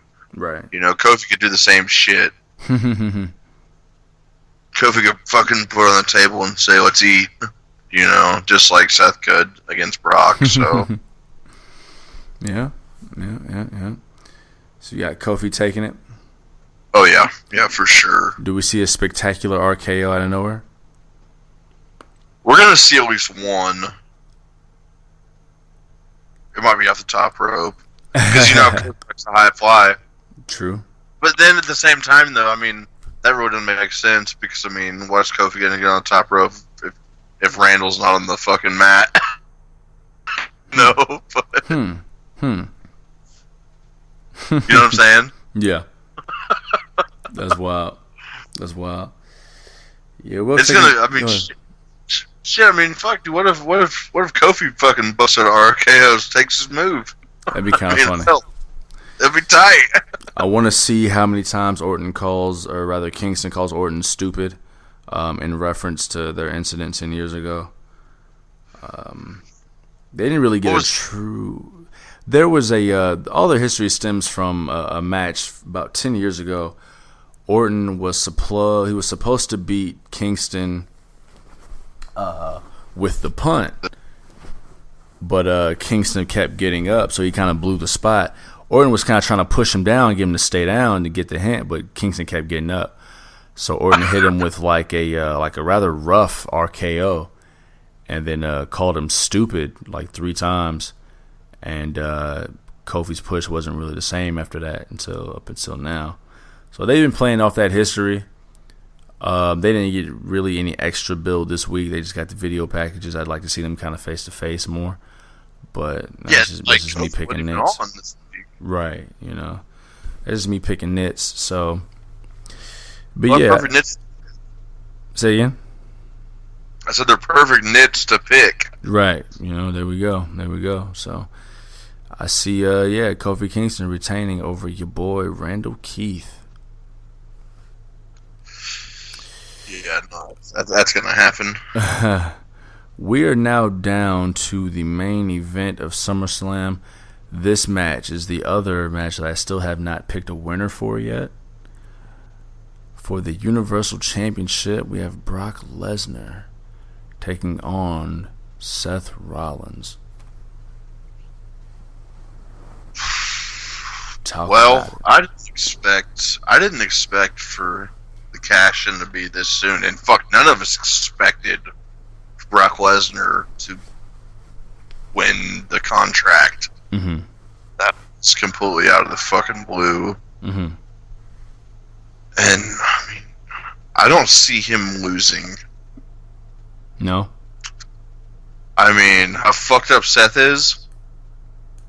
He got the fuck. I mean, I know it's WWE logic, but he got the blues 2 weeks in a row. He did. And I mean, he got fucked up, dude. Like when he had that F5 on that fucking on that stretcher, shit. Yeah.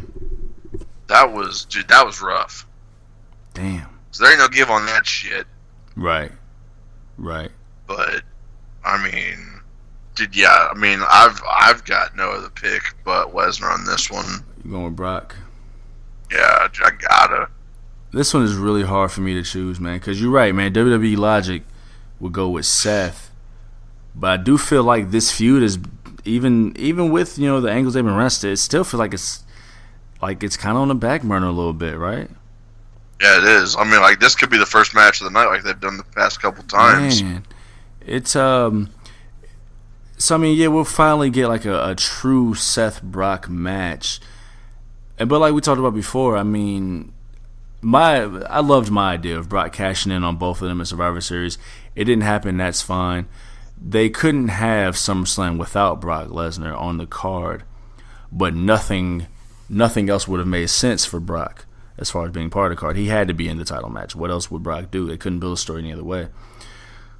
He's not showing up for no title match, for nothing less than a title match. You don't care about these personal feuds. He'll make it personal, but the primary goal is going to be the title. I guess my disappointment is, and we talked about it before, is like they didn't. No matter which direction they go in, nothing got accomplished. Nothing since last year's WrestleMania. Yeah, nothing got accomplished. Like all that time you went with Brock, it's still with Brock. If you give it back to Seth, then still nothing was accomplished. Yeah, so. And like, I mean, who else could be there though? In the challenger spot? Yeah. I don't know, man. I don't know. You know, like that exactly. Like Yeah. I mean, it's kind of disappointing because I mean, like we just said, I mean, we've been doing this since last year's WrestleMania, and this is the biggest title in the game, supposedly. Yes, right. So, what the fuck are we doing? You know what I mean? That's what it comes down to. What the fuck? Like, I wonder how many times that gets asked in the writers' room. Like, so are we going this way or this way this week? So what the fuck, Vince? That is funny. That is funny. This is really hard to call because on one hand, when it was announced, I was thinking, okay, they get a full-fledged actual match to show what Seth can do against Brock. That's what we right? thought that was WrestleMania. Yeah, and well, they didn't. But with this one, they're not going to do the same thing twice. I don't think it'll be the first match, and I don't think it's going to be that 2 to 5 minute sprint like we saw before. I think we see an actual match between the two. Like him and like Lesnar and Daniel Bryan. Yeah. That was a full on fucking match where we thought Lesnar was going to lose. Did we? I mean, I thought he was like whenever they were fucking like I thought they were going to go with like his gut shit. Mm-hmm. You know what I'm saying? And I mean, there was a minute or two during that match, and I thought, fuck, dude, Daniel Bryan is about to straight up beat Brock fucking Lesnar. When he came back, got his second win after them suplexes. Yeah. That's tough. I'm not sure, man. I'm really not sure. You know, conventional wisdom says we give it back to Seth to let him give a real run. WWE logic gives it to Seth. You know what? I don't know, man. I'm going with Brock Lesnar too. I mean, like it's a safe one. It's safe. I don't know why. I just don't feel like they're gonna crown Seth.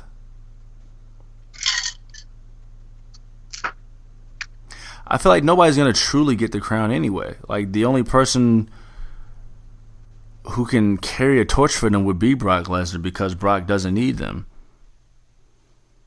No, yeah, Brock doesn't need nobody. All he is hunting land up in Minnesota. Yeah. Like the more you the more you care about what you do is the less they're gonna put anything around you on your back. That's 100%. You know what I'm saying? They didn't have any credible heels for Seth to go against. They just had Baron Corbin. I mean, they had. We haven't seen since Extreme Rules. Yeah. And I'm not comfy. I'm not confident at all. I can see Brock going against Braun Strowman again in the fall. I can see Seth Rollins taking on Drew McIntyre in the fall. So, I don't know. Any last thoughts on SummerSlam 2019? NXT's gonna be the party. That's funny. That's funny. Yeah, we just kind of SummerSlam's just kind of here this year. That's unfortunate, and like I feel like it's been that way for the past like almost like 5 fucking years. The last little almost few 5. years, yeah. Because ever since I've been living where I'm living now, SummerSlam has been lacking. I hear you. I mean, like the last like extreme match that I remember from like SummerSlam is fucking Brock and Dean. Brock and John? So, no, Brock and Dean.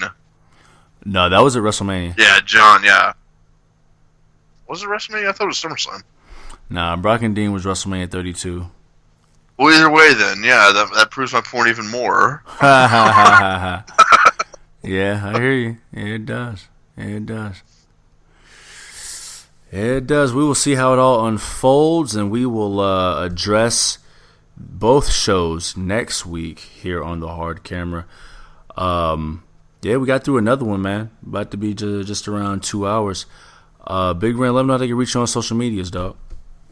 Right on. Y'all can find me on Snapchat. Oh shit. Fuck that all up, my bad. You guys can find me on Snapchat at MoffedUp316, MAAFFHHDUP316.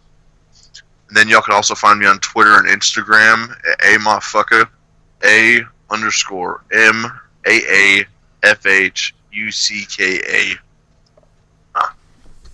Yes, sir. Hit me on Twitter at JuviDesayuno, JuviDesayuno. Hit me on the Instagrams at JuviDesayuno, JuviDesayuno.